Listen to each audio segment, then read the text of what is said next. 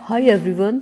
अक्सर बदलता मौसम अपने साथ सर्दी जुकाम ले आता है। मैं आपको बताने जा रही हूँ एक ऐसा घरेलू उपाय जिसे अपनाकर आप सर्दी जुकाम से बच सकते हैं। 1 चम्मच शहद में 2 छोटी पिसी हुई काली मिर्च, 1 चुटकी छोटी इलायची पाउडर और 4-5 बूंद नींबू का रस मिलाकर दिन में 2 बार सुबह और शाम लेना चाहिए। इससे आप खांसी और जुकाम से बचे रहें। Thank you.